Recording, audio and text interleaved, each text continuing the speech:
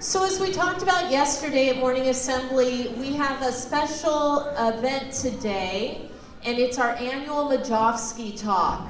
And we talked about the purpose of that talk the other day, and so I'm just reminding you at this point that this talk is in honor of a former student, Lindsey Madoski, who went here and overcame a lot of challenges in her life. And when they moved up to Washington, she was able to accomplish some major goals in her life. And her parents wanted to remember her legacy and help to share the things that she learned and found important with you, because she was a Claiborne student and loved her time here. So I'd like to introduce Dr. Larry Mikowski to come and share some of her slides with you and tell a little bit about her story. And then I'll come back up and introduce our speakers for today. So let's welcome Dr. Majovski. Well, greetings everyone, scholars, students, teachers. This is a real privilege because you should give thanks to your parents, thanks to your teachers, because they're creating scholars, because if you do homework, you are a scholar. And what you are to be, you are now becoming. Part of the reason of why my wife and I, Laura, have wanted to sponsor this talk is because Lindsey, who attended here, loved this place, and our twins, Karen and Greg, who were about a year and a half younger than her.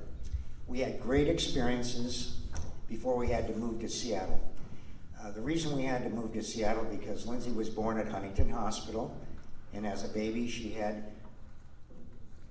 defects or problems with her heart, and they operated on her about 2 weeks of age at Children's Hospital. So we were able to enjoy Lindsey, and she did many, many things against all odds that she enjoyed, one of which was ice skating, surfing, and playing baseball, and some softball. Some of those things we'll see. So real quickly, this is when Lindsey was born. That's my wife, Laura, and that was the pediatrician. And actually the pediatrician was my wife's pediatrician, so it was very close. Here's Lindsey at her first date at Claiborne in her backpack with her big smile. And this is her brother and sister, Karen and Greg, who were her twins. This is at the Claiborne School Festival, I think, for excellence. This is one of her performances that she gave with some of her classmates. She enjoyed, as I said, playing softball, so she got to play on her softball team. And this is one of the last pictures taken when she was 11 years of age, when she did ice skating.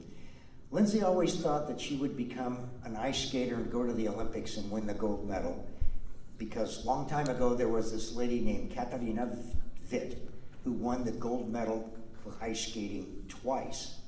So Lindsey thought, if I work hard and I keep at it, maybe I can make it to the Olympics. Well, that's what dreams are made of.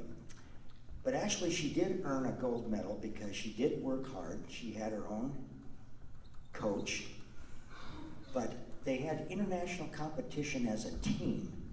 In the year in which she was 11 years old, the different teams from the world came to Seattle, and it was based on how many points the team had. Well, it turned out that Lindsey's team as a group, let's just say some of you were ice skaters and you all participated and you all contributed the most number of points, they each got the gold medal. So before she died, she actually achieved her goal of getting a gold medal. But it was with friends much like you when she was in Seattle. Today our speakers are Chris and Caitlin. They've got an amazing journey of what they have done, and they're going to share that with you. But I'd like you to think about this. You may be disappointed if you fail, and you will, whether it's baseball, whether it's a test, whether it's ice skating. But if you don't keep trying, you'll never know what you can achieve, because you only fail when you quit. And so that's what Chris is going to explain to you, what they've been doing on their world travels and journey. So I'm going to turn it over to Dr. Patzloff to explain who they are and why they're here.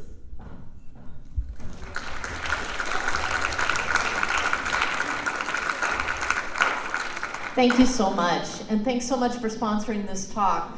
So today we have speakers here. We have Caitlin and Chris Bancroft, and I said that wrong. Yeah. But they're here to tell you about their adventure. And we talked about it a little bit the other day. They traveled all the way from the bottom of Africa all the way up to the top on motorcycles. Yeah, pretty cool. So they ran into some adventures on the way, some things that didn't go as they planned, but they figured out what to do about it, overcame those problems, and made it all the way to the end. So we're going to hear about their adventure, and I want you to give them a warm welcome.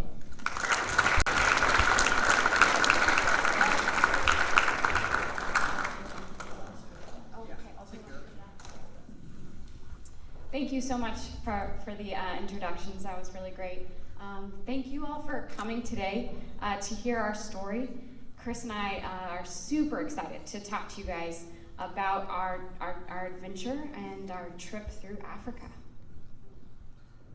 It's not every day that bikers, of all people, receive an invitation to come talk to students in a school. So I very much appreciate your outside-the-box thinking and having us here today. We're not your usual guest speakers, but we do have a unique experience that we're excited to share with you today, and I hope you enjoy it. Now, I have to say, there are different types of bikers out there. Chris and I don't wear black leather or have a bunch of tattoos, or in Chris's case, he hasn't grown a long gray beard quite yet. We're a little bit different breed of biker. We're what's known out there as adventure bikers. So let's talk about adventure. The cool thing about adventure is if I was to come up and ask each and every one of you individually what adventure is, I'd probably get a different answer. And that's okay. If you look up the definition of adventure in the dictionary, Webster's dictionary, for example, you're going to find no less than 6 different answers. In a nutshell, adventure is an endeavor that may involve risk and has an unknown outcome. It includes such things as difficult quests, voyages of exploration and discovery. It's world travel. It's also exploring the woods behind your house, the first day of school, a soccer competition. There's so many different forms of adventure and definitions of what adventure is. What's the best one? That's easy. It's your own definition. Each of you have your own ideas and your own things that you're interested in. What is the German word for adventure? Thank you, yeah. It's Abenteuer, right? Different cultures have different perceptions on what adventure is. And if you can learn languages, foreign languages, which some of you are in school now, you can look at these words, you can learn a lot about the people in their culture. So this German word, which means adventure, is actually 2 words stuck together. Let me grab that for you. So the first word is Abend, which means evening in German. And then the second part of this word is expensive. So the German definition of adventure is an expensive evening. It's dining out, right? So Caitlin and I, we love dining out, but we wouldn't normally consider it an adventure. That was before we went to Africa.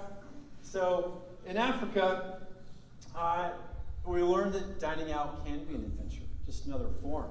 It depends what you're eating and where you're eating. For example, octopus curry on the streets of Zanzibar. There may be some risk involved in eating this, and you don't always know the outcome. In this case, it was pretty delicious, and things worked out. So, for Caitlin and I, our definition of adventure is motorcycle travel and exploration. And what better place to pursue that sort of adventure than Africa?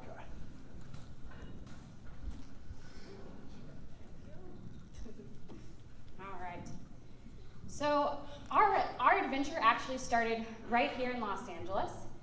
Chris and I were from Colorado, so we had to ride our motorcycles out to California. We showed up, and we took over my dad's garage for about a week. Thank you, Dad. And we did some last-minute maintenance and work on the bikes. Right here, we're pretty darn excited. We've just purchased 4 brand new motorcycle tires, and we're about to install them on our bikes. It was really important that we got these bikes up to spec and ready to go before we left for Africa, because we had no idea what kind of parts or tools we would be able to find once we got there. And we boarded them on a plane. Here they are, ready for their trip. Chris and I flew from here, from LAX, all the way down to the southernmost tip of the African continent, and we started our journey in Cape Town. This is a picture of Cape Town, and as you guys can see, we're about as far south as we can get at this point, and all we could do, we're in a foreign country with our motorcycles, thousands of miles away from home. And we're getting pretty excited at this point because things are getting real. They're pretty serious. So we hopped on those bikes and we headed north. So here's a map of Africa. This red line here shows the exact route that we took. We started in Cape Town and worked our way to the finish there in Egypt on the Mediterranean Sea. We rode through 10 countries altogether, and in total, we rode 13,000 miles, which, to put that into perspective for you guys here, it would be like taking a road trip with your parents and starting right here at Claiborne School and driving all the way across the United States to New York City, and not just doing that one time, you'd have to do it 5 times to make it 13,000 miles. So that trip took Chris and I 6 months to complete, and we did it all on 2 motorcycles, similar to the one you'll see here, and we carried everything we needed to survive right there with us on the bikes. And Chris is going to give you guys an idea now of how we made that happen. So as you guys are walking in, you're probably wondering, why are Chris and Kaylin camping in your gymnasium tonight with our setup here? Well, it's really dry in here. There's no bugs, and there's no large predators, except for you guys. I joke, we are guests of Mrs. Thomas tonight, but we put this display up. This is the equipment that we used. We wanted to show you guys how we lived on the road as we traveled through Africa. So, I'm going to ask you guys, are there hotels, restaurants, grocery stores in Africa? Getting a mixed answer. All you guys are right. There's a yes and no to that. The short answer is yes, there are. But they're in the big cities. All these modern conveniences that we have here, to some degree, you have those in Africa. But these big cities can be far apart. So to travel through Africa, you have to be prepared to travel sometimes hundreds, sometimes thousands of miles without access to the grocery store and the restaurant and the hotels. So to travel through these rural or wilderness areas, you need special equipment. And that's what we have here. Kayla and I spent well over 100 nights in this tent. It's got a mesh over the top to keep the bugs out at night, but still let the cool air come in. This rain fly on top pulls over the whole tent to keep the rain off when we're in the rainy areas. We've got our sleeping bags inside and our inflatable sleeping mats. All this stuff it's backpacker gear, and it folds up really small and all fits right here. So this equipment and this way of life, it might look a little bit uncomfortable. It's not the house or apartment you go home to at night. It's not the bed you sleep in. But the neat thing about us as humans is physically and psychologically, we're very adaptable. So if you spend a couple weeks sleeping like this in a tent on a sleeping pad, it actually becomes very comfortable and you get used to it home and your bed at home. So let's talk about food. So I can take all my equipment that I need on the bike for 6 months, but I can't carry 6 months of food, right? This is too much. So how do we get food? How did that work out? In the towns, we would be able to stock up on some of the foods and put them in the bottom of our packs here. Foods that would last a long time. Like we have some cans here, right? I don't know if you guys like peanut butter. Peanut butter keeps a long time. Cans of tuna fish, maybe some top ramen noodles. They would go in the bottom of the bag for emergencies. So, or if we couldn't find food. But as we're traveling in some of the rural areas and villages, we were able to find fresh food. In this case, I'm being offered a chicken by some locals, and a slide I like even more is Kaylin is bartering for some extra large catfish in Malawi. Also, there's times when we would be invited into families' homes for a meal as we pass through some of these villages. In this case, we have a traditional Ethiopian meal. It is fantastic. If you ask me about what the food is in Africa, it's so hard to tell you because it's a continent, right? Lots of different peoples and cultures. So the food varies all over Africa. I can only say that the vast majority of it is super delicious. However, there's times when it's not delicious. In this case, we've got some cow stomach lining and a broth, and Kayla and I choked down just enough to not offend our hosts. But it's times like this when it's really nice to have that emergency supply in the bottom. Those cans of tuna fish start to taste really good, and the top ramen. To do this, can we turn those lights back up? Thank you. I was talking about equipment. So we can cook, and you can see it in the picture up here. We have our camping stove. So this is like your oven or your barbecue, but it's really small and it packs down. So you can take it on the road and cook. The fuel for this stove comes from the bike. We pull it out of the gas tank here, so we always have enough fuel. And we can also use this stove to boil water, purify our water. So we talked about food, we talked about equipment, but water. Is Africa hot? Yeah, right? It is really hot. There's some cold places, but most of it's really hot. Up to 120 degrees hot. So how do you survive in that sort of heat? You drink a lot of water, right? So we're always looking for water.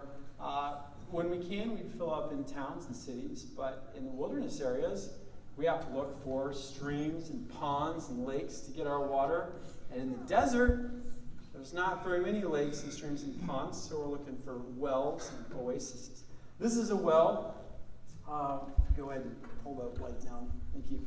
This is a well. I've climbed down about to get at it. I've pulled some water out, and I'm filtering it through a handkerchief just to get some chunks and bugs out. It'll go into a bottle, and then I'll purify it with a stirring pen. We did have one incident in a desert crossing where we came very close to running out of water, and we obviously got through. We're standing here in front of you. We got to the next village where there was a well, and at this point we went a little crazy because of that experience, and we stocked up on about 15 bottles of water. And to this very day, I carry water with me almost everywhere. I have 4 liters in the podium right now. So, lights one more time, please.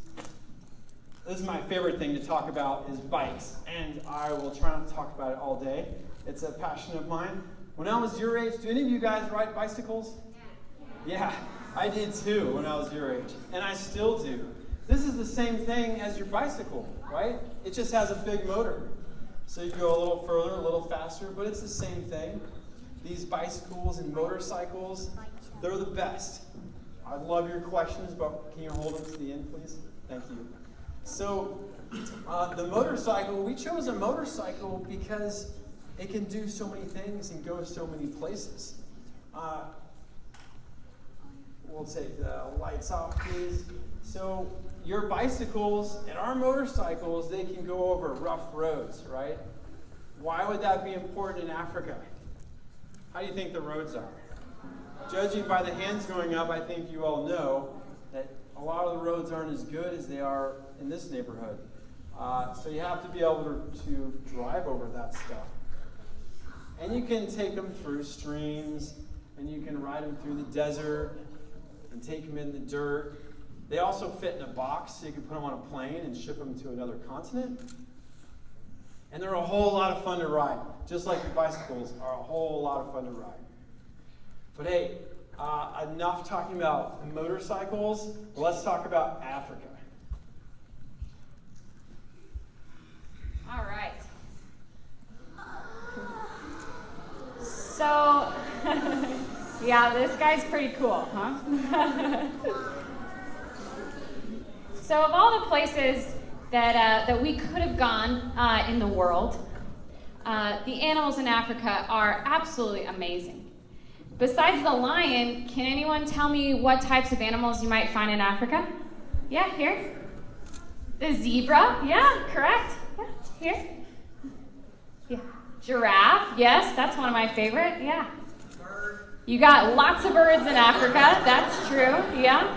Over here? A what? Oh, copy, yeah. Right there? Yeah, you.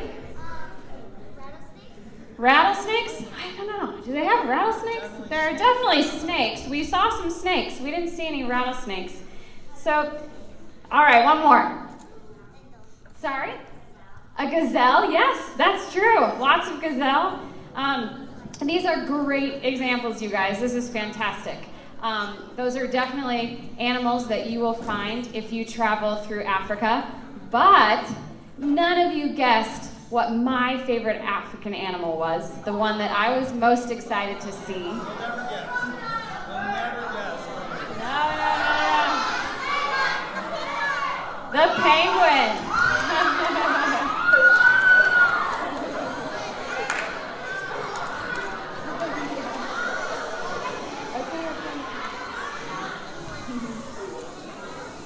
All right. So I didn't believe that they lived in Africa until I actually saw them with my own eyes. But Chris and I were lucky enough to see them. They were the first animals we came across when we visited Africa. They lived just outside Cape Town on the beaches. And if you can picture it, it'd be like going, you've all been to the beach here in California, and it would, instead of seagulls all over the shore, you have penguins. They're pretty darn cute. You can hang out with them right on the shore, and not only that, but you can actually get in the water and go swimming with them. So needless to say, the penguin was a pretty special animal for us to be able to see. The elephant, and I think someone said it, the zebra. These guys are known as the troublemakers of the savannah. They're always causing stampedes and bugging the other animals at the watering hole. They're a little wily creature. We saw monkeys. This one is the bleeding heart monkey, and you find them in the higher elevations of Ethiopia. We interrupted a colobus monkey having a snack in Kenya here. Of course, the giraffe. I think someone said giraffe. One of the really special things for us about not just flying in and visiting a few places in Africa, we were with the motorcycles, we could drive through the entire country, and we didn't have to go anywhere special to find these animals. We didn't have to go to parks. They were right there on the side of the road as we drove by. There's a closer up of the giraffe, another one of my favorites. This is a pretty magical looking creature. It's the Gemsbok, is one name for it in Namibia. Also oryx. The ostrich. This is Chris's favorite animal. Also here, Chris has found a giant monitor lizard on the side of the road, and he's bringing it over because he wants me to get a picture so we can send it to his mom. We had visitors in camp. These are mongoose. The wildebeest, another very unique creature that you won't find here in the United States. We had wild camels in northern Africa. Also here, some camels causing a traffic jam, probably similar to sitting in traffic on the 5 freeway this afternoon. So we rode all the way around the base of Mount Kilimanjaro, and we camped here in these woods. And while we were setting up our camp and making dinner, we had a surprise. We were visited by what is known as one of the most dangerous animals in Africa. We had a herd of Cape buffalo join us in our camp. Now we were, that's what we were thinking, but you know, there wasn't much we could do at this point, and we used our best judgment, and we stayed calm and we stayed quiet with a front row seat to the Cape buffalo in the wild. So, needless to say, the African animals were definitely a huge highlight of our adventure.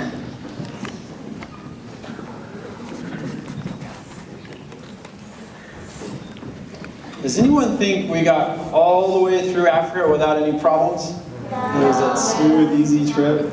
One person, I love your optimism. Truthfully, there were some trying times. Sometimes things we didn't expect. This is a sand dune in Egypt that's swallowing my bike.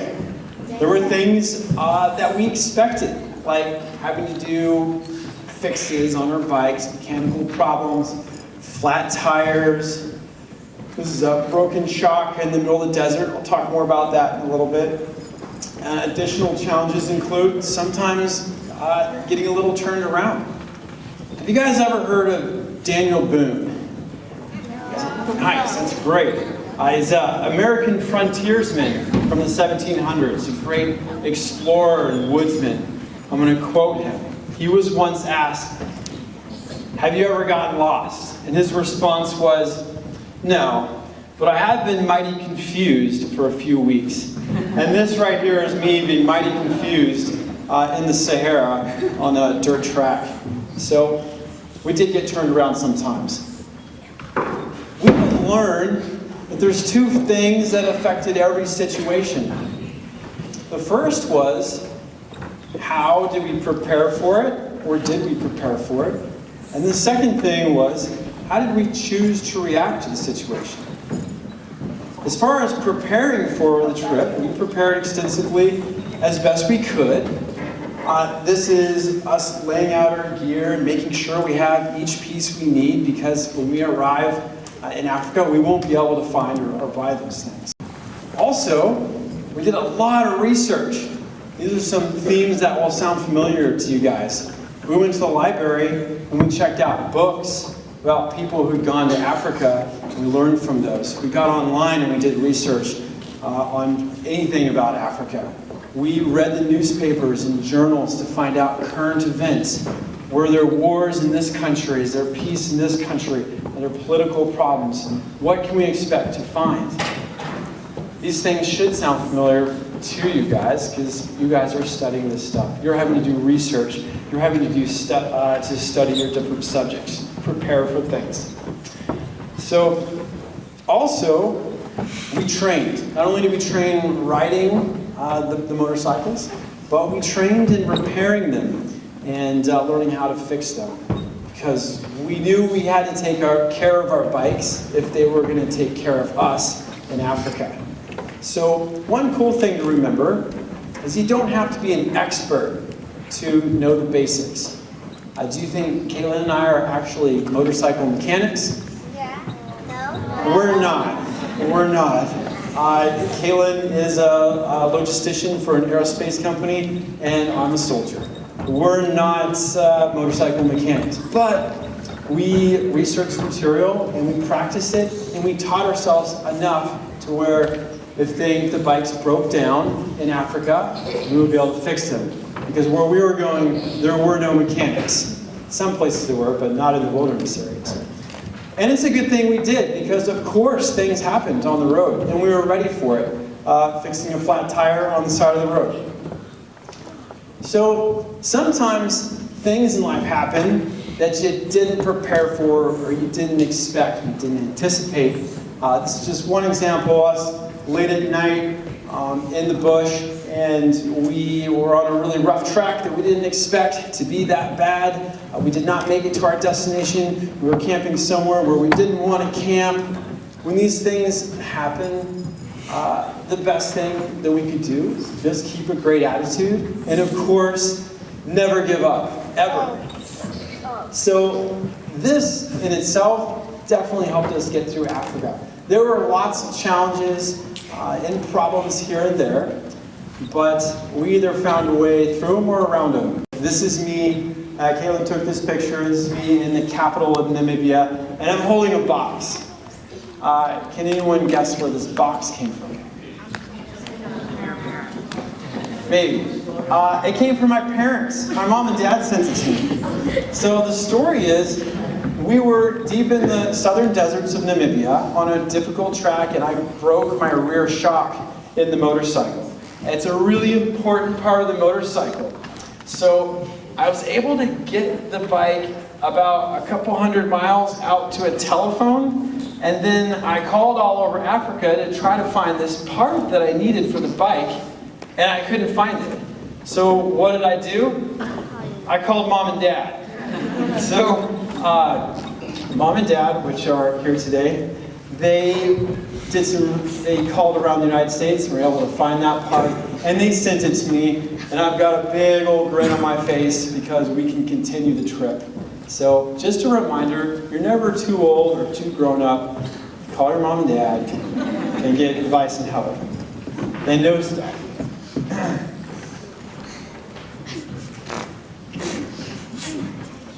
All right. So while Chris was over there having his flat tires and mechanical problems, I was having a few challenges of my own. As you guys can see, I'm not a very tall person. So learning to ride a motorcycle that's about 4 times my weight and pretty tall, it was quite a challenge. And because of my height, and also because I was a girl, I had a few people unfortunately tell me that what I was trying to do was impossible. And they told me that it was too dangerous and that I shouldn't even try it and that I should quit before I'd even started. Obviously I didn't listen to them because I had this dream and I really wanted to make it happen. And 2, I knew that I could do it. I'm not going to tell you guys that it was easy. It was pretty challenging. I had to put a lot of work in practicing. I had to do some research to figure out how I could modify the motorcycle to fit someone my size. But even with all the work I put in before we went to Africa, this still happened a lot. I dropped my bike a lot. The roads in Africa, as Chris was saying before, they're not quite like what you find here, the nice roads in the US. We would run into really long stretches of deep sand, mud, more sand. Even Chris was overwhelmed and dropped his bike a few times. We had rocks we had to ride over, gravel. But even though I dropped my bike a lot, and even though the riding was really challenging, I got through because I didn't give up. I got back up, I dusted myself off. Here I am, I found a car wash to hose myself off. And like what Chris was saying, the most important part was that I stayed positive. Even with dirt all over my face, this is what I looked like pretty much the whole time. We stayed positive, and that's what got us through. We did not give up, and we stayed positive through all the challenges that we faced. And because we kept going, we saw so many amazing things and met so many amazing people and had really incredible adventures the whole way. Chris is going to talk to you guys more about the rewards of not giving up. That's right. If you stick it out and you get through, the rewards are usually innumerable. We finally made it up to Egypt, and we are in a temple high above the Nile, looking out, enjoying the view. So one thing to remember that's interesting is it's hard to understand how wonderful a place is and understand a place unless you actually go there and get boots on the ground, as we call it in the Army. You go there in person, whether it's just beyond your neighborhood, a special spot, or it's a national park in California, or it's the other side of the globe. If you go there and check it out for yourself, then you'll finally understand it, and you'll meet wonderful people and experience really neat places. So I'm going to go over some of those neat places. Since I was your age, I've always been fascinated by do you know what those are? Yeah. Right, pyramids of Egypt. They still rise above the skyline outside of Cairo. They're 5,000-year-old monuments. It's still the biggest thing in the country, if not the world. So this is the sun setting over Lake Turkana. It's the largest lake in the world that's in the middle of a desert. It's full of giant crocodiles, big hippos, big fish. Along the shores, you'll see tribesmen hunting with spears and bows and arrows. This is us enjoying the freedom of racing across the sand dunes in the Sahara. Markets of Zanzibar.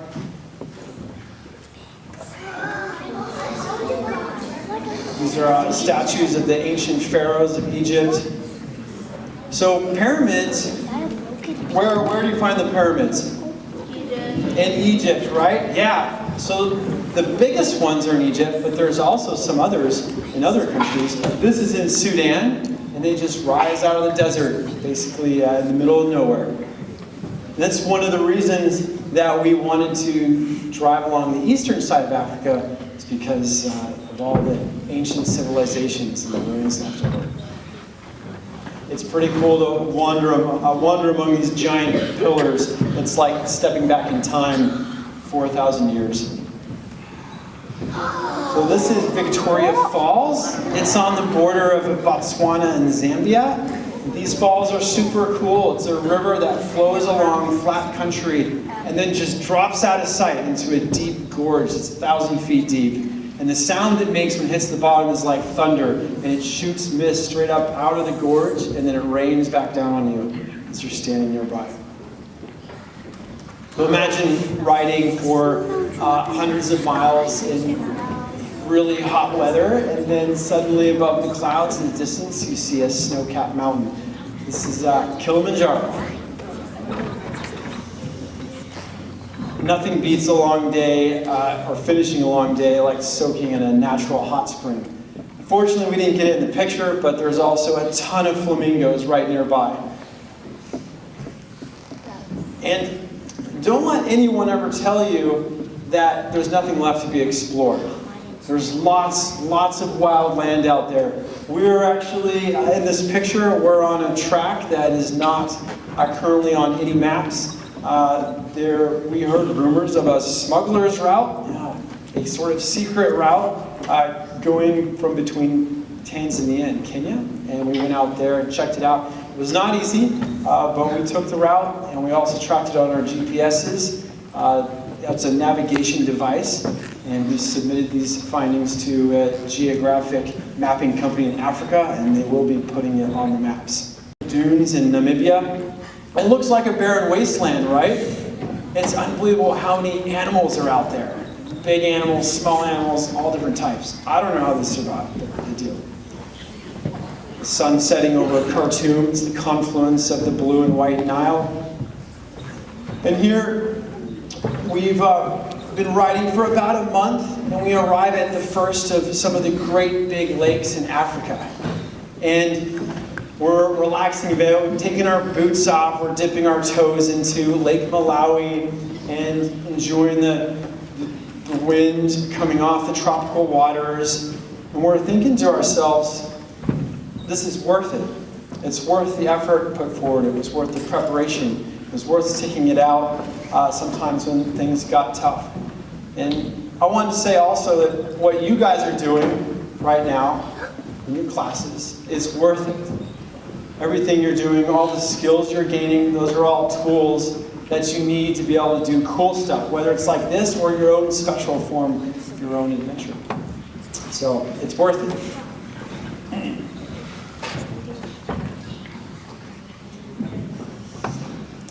So one of the really neat things about traveling to foreign countries is the people that you get to meet, and also the cultures that you get to learn about.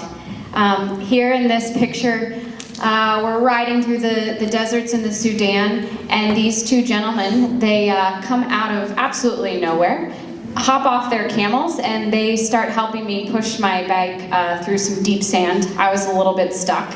And they got me all the way to where we were camping that night. They even hung out with us there for a little while, which was really special. And I got my first camel ride out of the deal. So that was a pretty memorable experience and a great interaction with the people of Sudan. Here we've just crossed the border over from Tanzania into Kenya. And we stopped for a drink of water to have a snack and a little chat with these young kids from a local tribe. Now, we couldn't really communicate. We didn't speak the same language, but we had a great time together anyway. So, well, it brings up a good question. So, how did Chris and I communicate when we couldn't speak the language? Well, we, for one, like we're doing in this picture, we smiled a lot. There wasn't much else we could do, but the smile goes a long way when you can't understand each other. We also did our best. We'd do a little bit of research before we entered a country, and we'd learn the basic words that you would need to get by. We also found out, which was pretty cool, that in some countries, we actually already knew a few words that we'd heard and had no idea. In Kenya and Tanzania, for example, the most widely spoken language is Swahili. And Chris and I found out that we knew a pretty popular phrase that was spoken quite often there that we had no idea. Any of you guys speak Swahili? Okay. Yes, maybe some of you. That's pretty cool. Well, I think you'll be surprised to find out that you actually, if you don't speak the language, you at least know one very popular phrase that if you visit these countries, you will hear all over the place. Have you ever heard the phrase Hakuna Matata? Yeah, you guys have. Can anyone tell me what Hakuna Matata means? Anyone? Someone said it. What does it mean? Yeah, what does it mean? It means no worries. You're right. It means the same thing in The Lion King as it does in Eastern Africa. So we were pretty excited when we found that out. They say it all the time. No worries, Hakuna Matata. So what do you do in this situation? When you meet someone and you have to say hello. You guys want to learn one more word in Swahili? You want to learn how to say hello? Okay. All right, everyone repeat after me. Jambo. Jambo. Perfect. That's great. So besides the people and the language, we were introduced to a lot of really new and wonderful cultures. Here is an example. In Ethiopia, coffee is a huge part of their culture. They have their cup of coffee after every meal. And oddly enough, it's usually served with popcorn. I never found out why. And they serve it in a very unique way. Just as you see here in this picture, they call it a coffee ceremony. It's usually performed by a woman, and it's a great honor for her to perform this ceremony. And it's set up in this very way. She'll have her stool in front of her with the cups. There will be incense burning. And in her hand there's a pan that she uses, and she'll roast the coffee beans right in front of you and grind them there and make you a really fresh cup of coffee. So that was something really unique that we learned when we rode through Ethiopia. This was quite a sight to see, not something you'll find on the side of the road very often. Here we have a group of boys from the Mercy tribe. It's a part of their tradition that the boys, they make their own stilts and they learn this art. And Chris and I just came around the corner at the perfect time to be able to see them practicing. Here again, we're in Ethiopia. We're visiting some ancient churches that are over 900 years old, which is pretty old, and they're rumored to have been built by the Knights Templar, but it's actually, nobody has any idea who really built them, which is pretty cool. But we were there on a Sunday. They are Christian churches, and so we got to experience a Sunday service at these churches. It was really unique. Way out in the desert in northern Africa, we found out, when you visit these villages and you're in a place that's very different from where you grew up. Here we have, we take for granted oftentimes the modern conveniences of having running water, and we have electricity, and we have mirrors. I didn't often think about this, but I do now all the time. In every American bathroom, there will be a mirror, and in several other rooms of the house. Now, what we found out when we were riding through this part of the country, we would stop along the side of the road, and some villagers would often come up to us, and they didn't say really anything to us. They were friendly, but all they wanted to do, they would bend down, and this bike doesn't have them, but they would look at their reflection in our rearview mirrors. And that was something that they were pretty excited about, and we were very willing to oblige, clean them off a little bit for them, and these two boys were kind enough to let us also take their picture. Chris and I had, all in all, we had so many wonderful experiences with the people that we met through every single country that we visited. And we could probably go on for another few hours talking to you guys about all our stories. But eventually, our trip, it came to an end, sadly. And here we are, we're in our final country, Egypt. We're shaking hands because we've been through a lot together at this point, and we are congratulating each other on what we've just accomplished. A few days later, we did have to ship our bikes home, but this was a big moment for us. Chris and I had this dream to ride across Africa, and we made it happen. And you guys all have dreams of your own. Probably not the same, maybe they are the same as what Chris and I had, but every single one of you has a dream, and it's different, and that's what makes it really exciting. Your dreams are so important, and what inspires you guys is so important. So we really encourage you, because Chris and I were able to do this. Every single one of you is able to get out there and do incredible things and accomplish your dreams, and we really encourage you guys to get out there and do that. All of you have the courage inside of you to accomplish whatever you want to do. You just have to practice that courage. And when I say practice courage, I don't mean taking a hang glider off Mount Everest. It'd be pretty cool, but when I talk about practicing courage, it's simply a matter of trying when it's not easy. Do this, and the whole world will be yours. We can't wait to see you guys out there. You're always welcome at our campfire. Good luck, And may your path, whatever it may be twisty and full of wonderful surprises. Thanks for having us.